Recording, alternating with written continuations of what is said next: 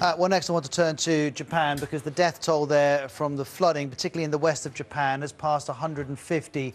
Another 67 people are missing. Here are some of the latest pictures we have showing the rescue mission. This is a residential area of Hiroshima. Teams are trying to dig through the mud in the hope of finding survivors. The authorities are now saying this is Japan's worst weather disaster for over 35 years. We already know that Okayama and Hiroshima prefectures have borne the brunt of this. About 2 million people were displaced in the last 7 days. More than 200,000 still don't have running water. And while all of this is happening, temperatures have been reaching over 30 degrees. And if we take a broader look at temperatures across the Northern Hemisphere so far this summer, some areas are certainly seeing extreme heat and others are seeing above average rainfall. Let's hear from the UN Weather Agency. As we always say, no specific event can be attributed to climate change, but what we're seeing is consistent with climate change scenarios. Extreme heat, consistent heat, persistent heat, and heavy precipitation. Japan is one of the best prepared countries in the world when it comes to disaster risk reduction, disaster response. They are supremely well prepared.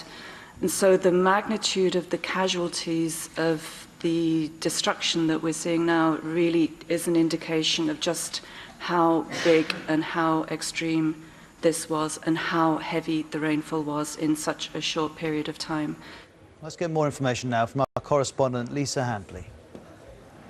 As the death toll in western Japan continues to rise, thousands of emergency workers have joined in, helping with the recovery effort. It's been the worst flooding in more than 3 decades, and dozens of people are still missing. This man thinks the clean-up will take at least 6 months. He has no money and hopes his insurance will pay up. Rescue workers are struggling to restore utilities. Power supplies are down and hundreds of thousands of people are without water. This man has lived in the area for 80 years but has never seen floods like this. Industrial production has been hard hit. Workers at this riverside factory producing sake are having to destroy damaged stock.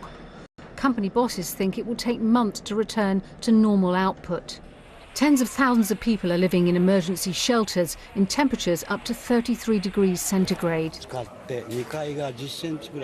This resident is staying here for now because his home has been flooded up to the 2nd floor. He says he can't go back because there's no electricity, no water and no gas. For him and many others, places like this will be their home for some time to come. Lisa Hampley, BBC News.